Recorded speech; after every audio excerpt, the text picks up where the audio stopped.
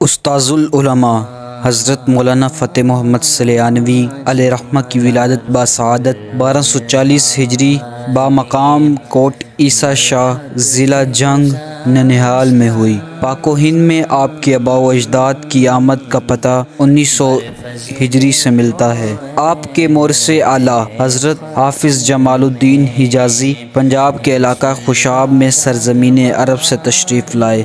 جس دن آپ کی ولادت ہوئی، آپ کے والد ماجد حافظ غلام مرتضیٰ کو اس دن 3 فتوحات حاصل ہوئی۔ آپ کے دادا شرف الاولیاء حضرت خواجہ شرف الدین کے دست مبارک کا لکھا ہوا سنہری کلمی قرآن مجید کا نسخہ، جو کہ کسی نے غصب کر رکھا تھا، اسی روز بازیاب ہوا۔ شاہان مغلیہ کی عطا کردہ جاگیر کی سند جو گم ہو گئی تھی، اسی روز مل گئی۔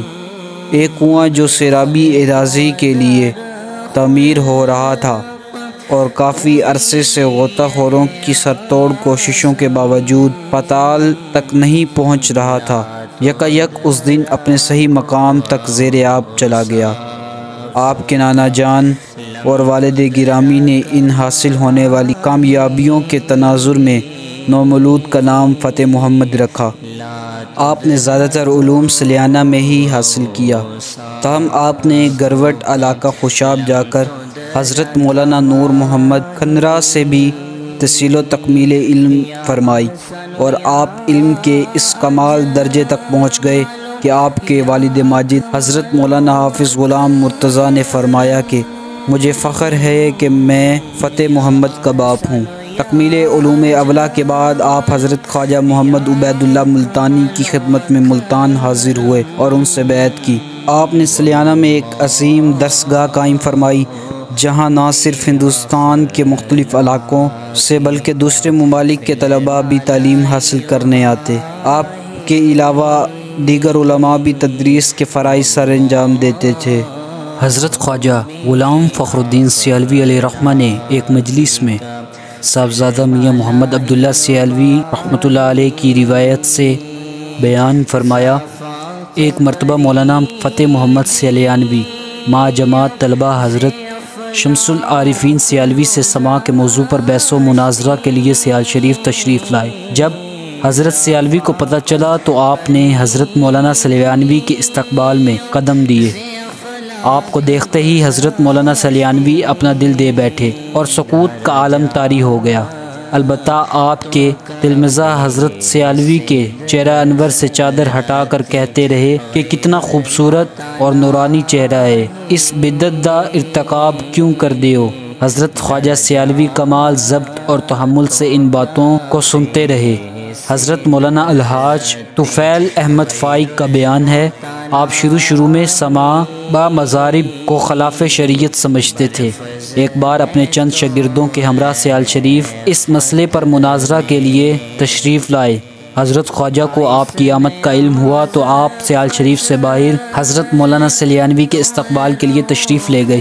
حضرت مولانا سلیانوی گھوڑے پر سوار، چہرہ مبارک ڈانپے ہوئے تھے۔ حضرت خواجہ سیالوی کی زیارت کے بعد گھوڑے سے اتر کر پیدل چلے۔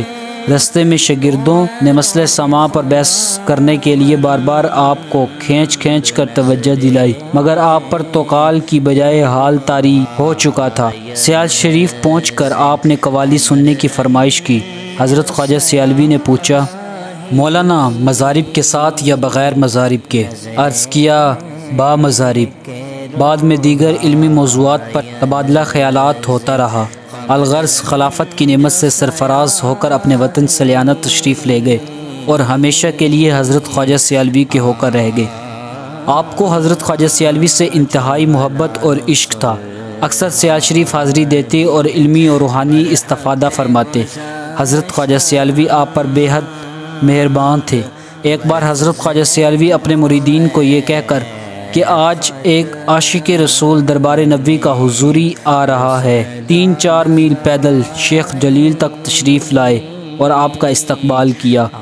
انوار شمسیہ میں ہے، آپ شمس الدوراں کے فیضان سے مجاز و ممتاز تھے اور حضرت فیاض ان پر شفقت اور مرحمت بے انداز رکھتے۔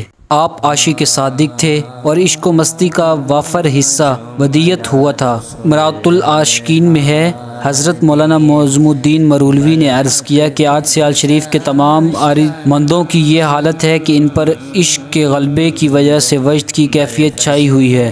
چنانچہ اس وقت مولوی فتح محمد سلیانوی محبت کے جذبے سے اٹھ کر وجد کرنے لگے اور عشق کی مستی میں گریہ گزاری کرنے لگے۔ آپ کے تمام اخلاق و اطوار اور اقوال و افعال سنت نبوی صلی اللہ علیہ وآلہ وسلم کے مطابق تھے۔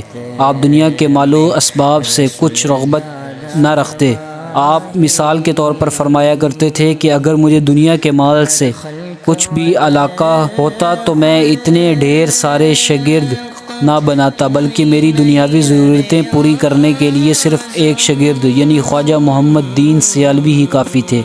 تاہم آپ نے ان سے بھی دنیاوی مال کا کچھ حصہ نہ لیا۔ آپ نے تبلیغی اسلام کے سلسلے میں کئی تبلیغی سفر کیے۔ تقریباً 3 سال کا عرصہ حضور ثانی لسانی سیالوی کے ہمراہ ان تبلیغی اسفار میں گزارا۔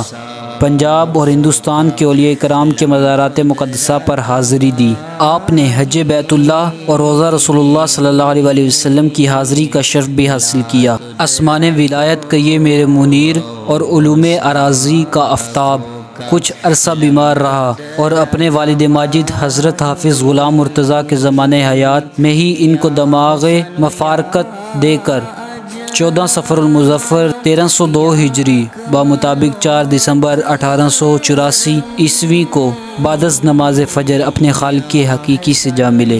تدفین سے قبل آپ کا سینہ مبارک مانند آئینہ چمکنے لگا اور زیارت کرنے والے آپ کے سینے مبارک کے آئینے میں اپنے چہرے دیکھتے تھے۔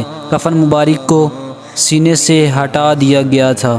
آپ کو اسی روز بعد از نماز عصر سلیانہ شریف سے جانب شمال آپ کے آبائی قبرستان کوٹ سکھا شریف میں اپنے جد امجد اشرف الاولیاء حافظ شرف الدین کے پہلو میں دفن کر دیا گیا۔ اللہ تعالیٰ نے آپ کو 5 بیٹے اور 3 بیٹیاں عطا کی۔ بیٹوں کے نام: مولانا محمد سعید، مولانا محمد اسماعیل سلیانوی، محمد صدیق، حافظ محمد صالح، محمد سعد اللہ۔ اگرچہ آپ نے ظاہری عمر کم پائی لیکن کام اتنا کر گئے کہ نسلیں سر انجام نہ دے سکیں۔ آپ نے کئی تصانیف فرمائی جن میں سے کچھ دریائے جہلم میں طغیانیوں کی نظر ہو گیا۔ آپ علم و عمل میں فقہ اور تصوف پر حرف آخر تھے۔ حضرت حافظ احمد صغری کا بیان ہے: میں عرب و عجم پھرا لیکن اپنے استاد جیسا کامل و اکمل انسان نہیں دیکھا۔ اگر علم میں کسی کو ان کے ہم پلہ پایا تو فقر میں نہ پایا، اور اگر فقر میں پایا تو علم میں نہ پایا۔ آپ فنا فی الرسول صلی اللہ علیہ وآلہ وسلم کے درجہ پر فائز تھے۔